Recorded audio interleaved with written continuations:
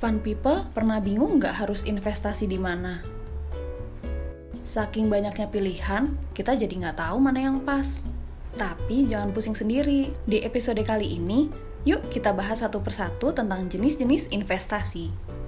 Secara garis besar, ada dua jenis investasi yang legal di dunia, yaitu komoditas dan surat berharga.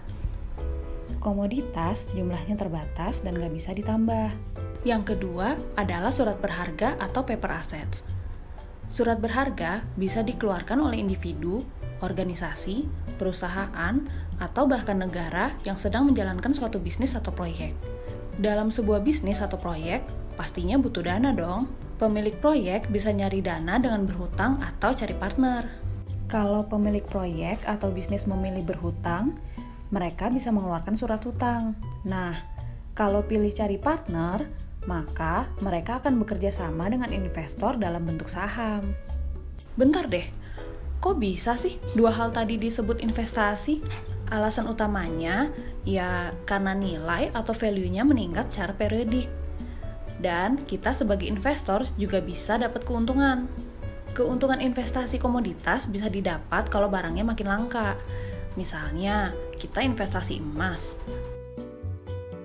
Ternyata 10 tahun lagi, emas bakal jadi logam yang langka banget. Otomatis banyak yang nyari dong.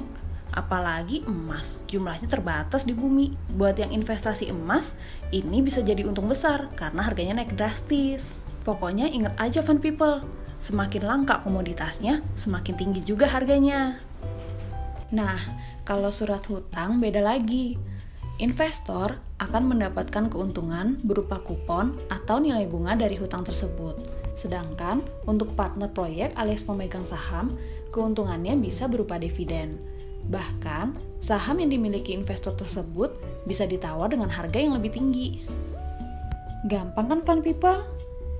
Berarti udah ngerti kan gimana karakter komoditas, surat hutang, dan saham?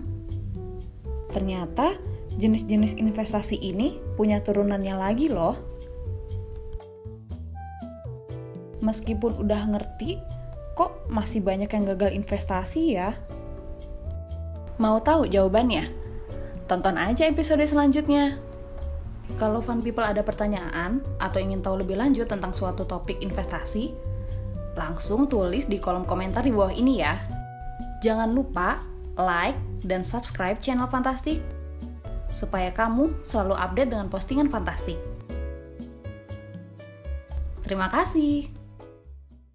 Fantastic.